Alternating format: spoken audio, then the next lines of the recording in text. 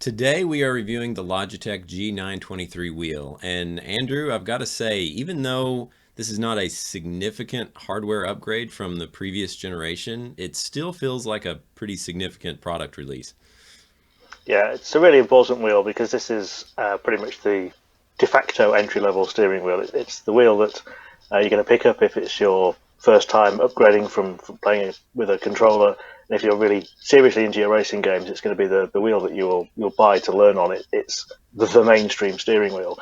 And this G923 is Logitech's first new wheel since the G29 and the 920 back in 2015. So I'm talking 5 years. Yeah.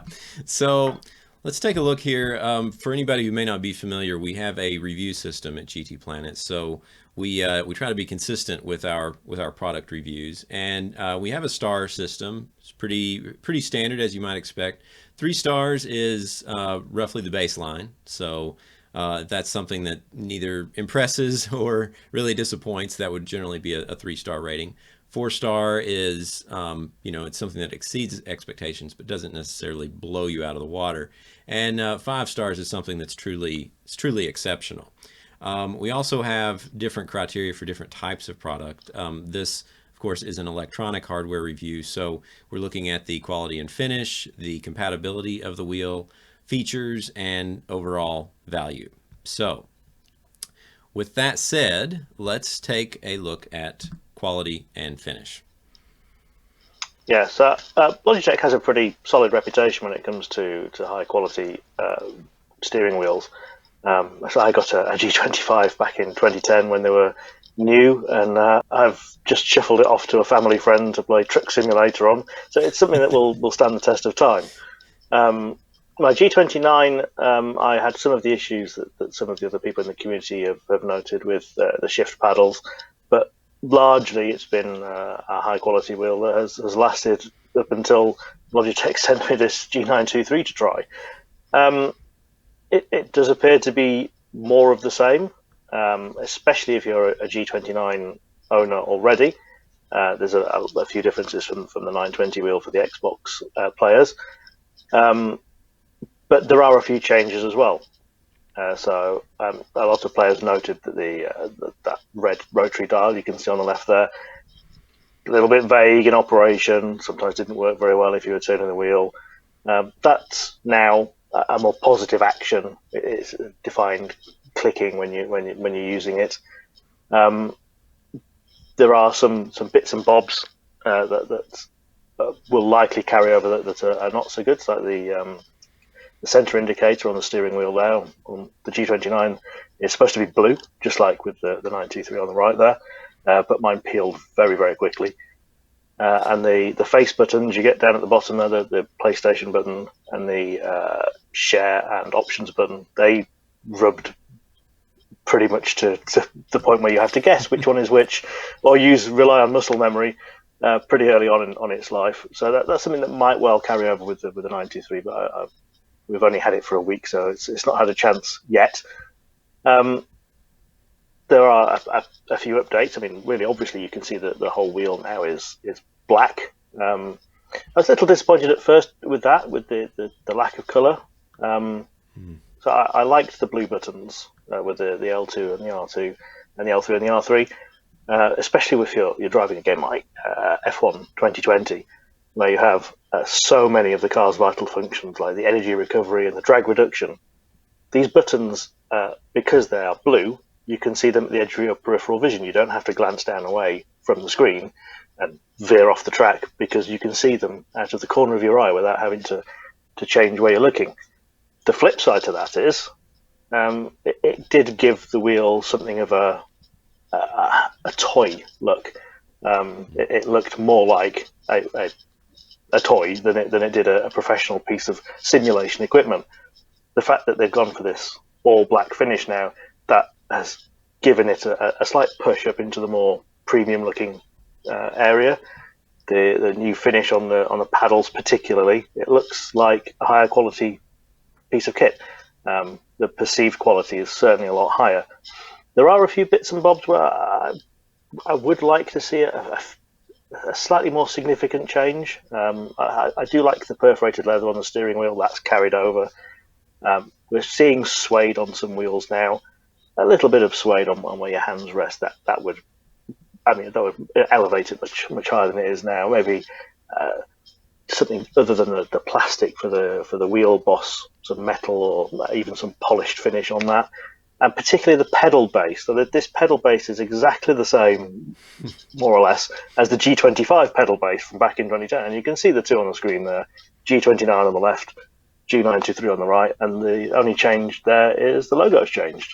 A little bit of something on there to give a bit more of a premium look. That wouldn't go amiss. Yeah, yeah. So overall, pretty good there. Let's move on to the features. So significant changes for G920 owners in particular. Yeah, so it was before with the 29 and the 920. It was a two-tier system. I mean, you paid less for the Xbox wheel, but it was a lesser wheel. You will now they are the same wheel, just the difference is whether it's got a PlayStation button or an Xbox button on it. Previously, the Xbox wheel didn't have that rotary dial. It didn't have the multifunction display select buttons. It didn't have the rev counter.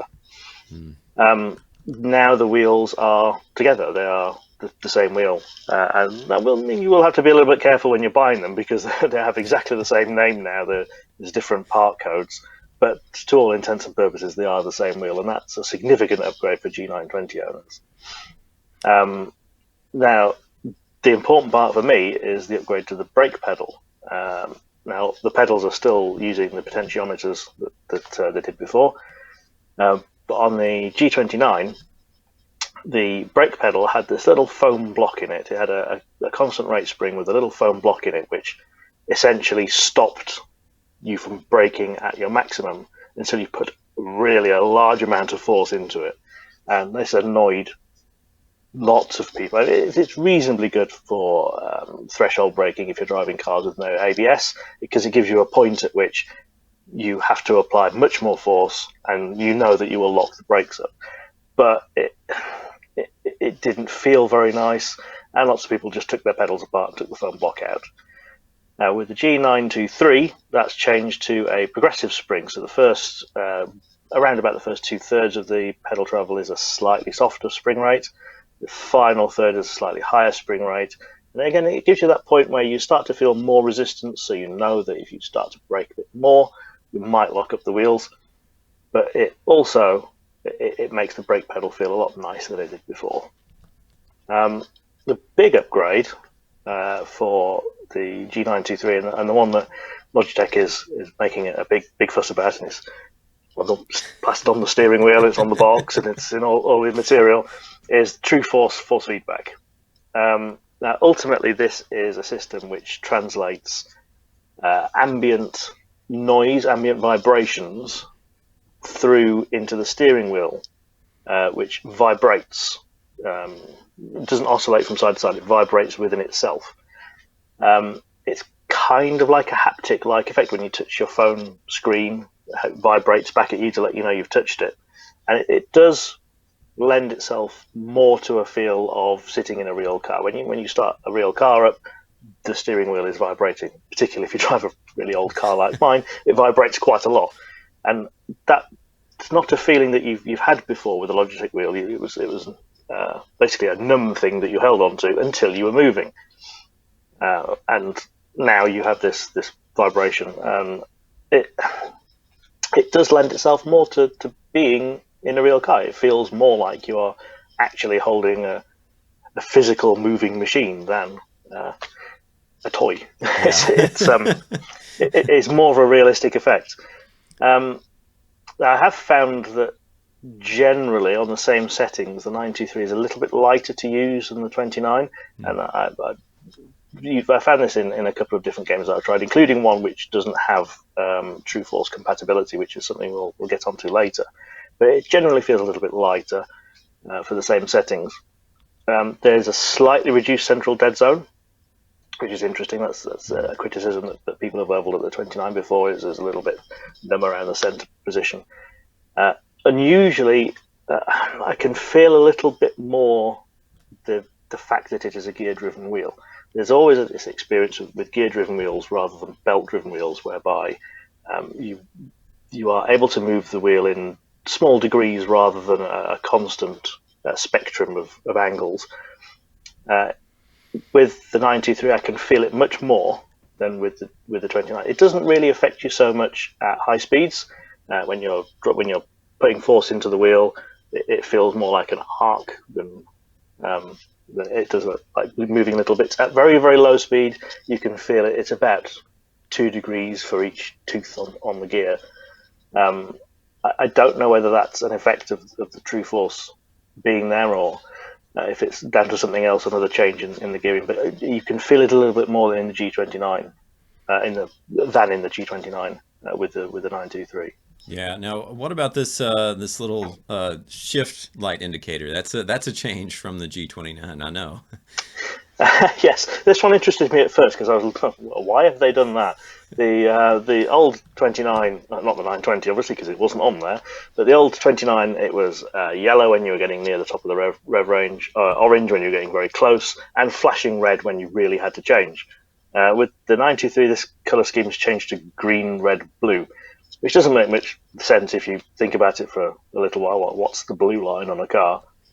But actually, I found that this is slightly more visible at the edge of my vision. Again, this is something that when you're looking at the screen, it's flashing below your line of sight, but it's something that you can see more clearly than the red.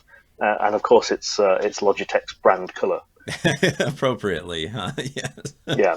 Yeah, it doesn't make intuitive sense, but it actually does seem to work. It does work. Yeah, yeah. yeah. That's good. All right, so moving on to compatibility. Yes, so there's 2 different models again, but they now have the same model name. So one model does PlayStation, one model does Xbox, and both of them, of course, are still PC compatible. The PlayStation wheel is an officially licensed PlayStation 4 wheel. Now, the official line from Sony is that all PlayStation 4 licensed external peripherals are compatible with PS5, and this is something that Logitech reiterates. The official line is that this wheel will be PS5 compatible, pending confirmation. However, it's not PS3 compatible. Now, the old D29 had a little switch on the top, which allowed you to switch it from PS3 to PS4 mode. That switch isn't on this wheel. Yeah, I think that's what that picture's for, right? Yeah. It's not. If you try and plug it into a PS3, it locks the console up. We've tried it on 3 different PS3s that I've got in this house. 3 different generations: a slim, a super slim, and an original fat, and it's locked every single one of them completely dead. So it's not PS3 compatible. The Xbox wheel, again, there's no compatibility issues moving generations with Xbox consoles, so it will be Xbox One compatible, and it will be Series compatible as well. Now, the one note with compatibility is True Force. While the wheel works perfectly fine in pretty much every racing game I've tried, it works just fine. It feels exactly like a G29, unless it is a True Force compatible game. Now, there are only 4 True Force compatible games right now, which are Grid on all platforms, Assetto Corsa Competizione on all platforms, iRacing for PC, and luckily for us, Gran Turismo Sport. Now, you can feel the difference with the True Force in GT Sport.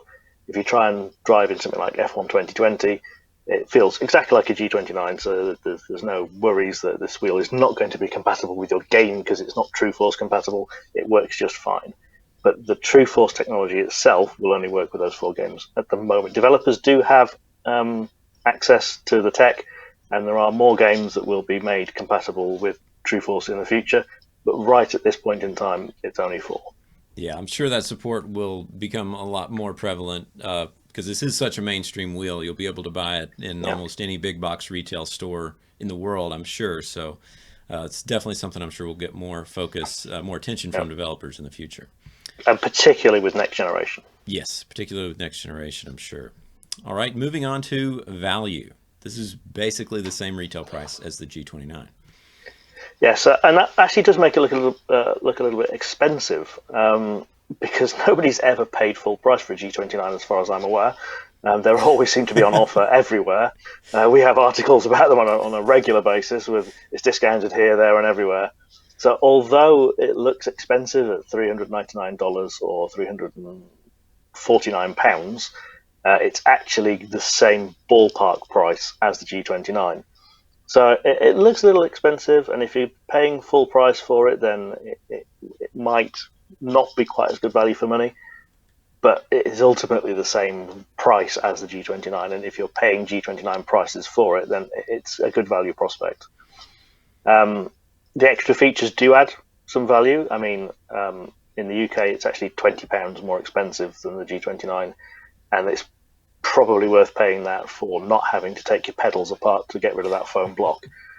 The True Force, when that starts to come into its own with the next few games that support it, and hopefully in next gen as well, that's going to add some value. And of course, the important part is for G920 owners, it is a significant upgrade over the G920.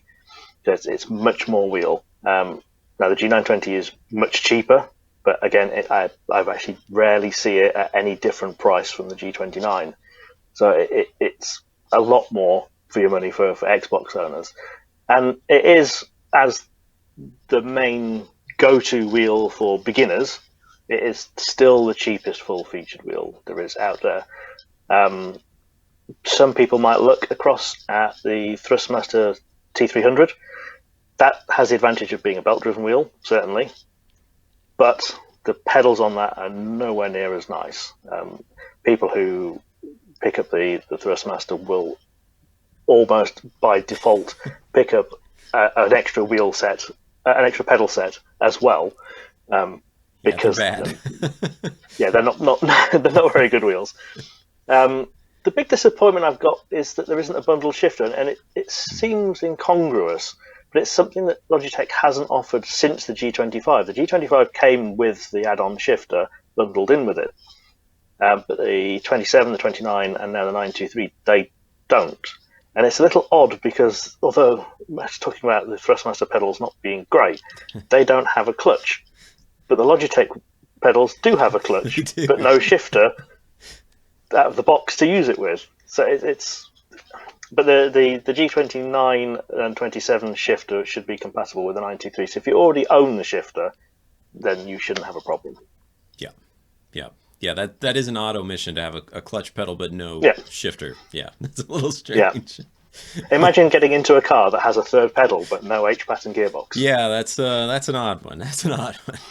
All right, well, now we're ready for the scoring part of the review, the big grand finale. And let's see, first we have quality and finish, 4 stars.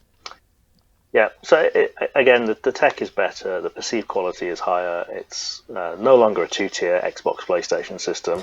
It is a nice, robust wheel that should last you until 2024 when Logitech brings out the next wheel. Yep, and so feature set, 3.5 stars. Yeah, so I mean, the True Force is a great extra feature, but you ultimately do have to look at the fact that this is a gear-driven wheel. It's not belt-driven. That is something that sim racing fans will really clamour for is belt-driven. It still relies on potentiometers in the pedals, and we're seeing other brands now moving into load cells on the brakes. So it's good. It's above average, but it's not. We can't mark it as being great because it doesn't have the belt driven, and it still relies on the potentiometers. Yeah. So next, compatibility. Pretty good score here because it is a very, very widely compatible wheel. Yeah, I mean, you can't really argue. You pick up a G923 and it's compatible with all PlayStation, well, apart from the PlayStation 3, but all current PlayStation models and PC, or Xbox models and PC. If you want a wheel that's compatible with everything, you're really limited to Fanatec's SL Elite, which is $600. So you're looking at you're going to have to pay 50% more to get a wheel that is more compatible than this one. Yeah. Yep. And finally, value, 4 stars, and I'm sure you're factoring the fact that it's probably always going to be on sale at some point into this. Yes, it will. Hopefully, like the G29, it will always be on sale, and it's yes, we say it is the entry level wheel that has the most amount of features for the least amount of money. And it's going to be the wheel that people who are getting more into their sim racing are going to want to buy. And at this price, they're going to buy it. Yeah. And the overall score, perhaps no surprise, if you can do basic math, it's going to be a 4-star review overall. And I think that's a fair score for really a good product if you are just looking to get into sim racing, taking the hobby more seriously. I don't think you can really go wrong with the G923. No, I mean, just right now, people who own a G29 might not necessarily be convinced about upgrading, but as True Force starts to become more and more prevalent across racing games, there's a good chance that this will appeal. Yeah, it also seems to be my perspective that if you know what you want, like if you know that you want a higher end wheel, like if you know what you're looking for when it comes to sim racing steering wheels, you're probably not going to be considering this wheel anyway, and that's okay. It's not really directed Yeah, towards people like that. But if you have budget constraints or if you're just wanting something that's simple and reliable and just works, it's a pretty good choice. yeah, and it will keep on working until Logitech brings out whatever the next wheel is called in presumably 4 or 5 years' time, and you upgrade to that as well. Yeah, you can set your watch by the, the Logitech Yep. steering wheel releases. All right, Andrew, thanks so much for this review, and thank you to Logitech as well for sending this unit over for us to take a look at. I'll put a link in the description to our review criteria, so if you guys want to see more on how we judge these things, be sure to take a look at that. Subscribe, like if you enjoyed the video, and keep an eye out for more to come soon. Thanks.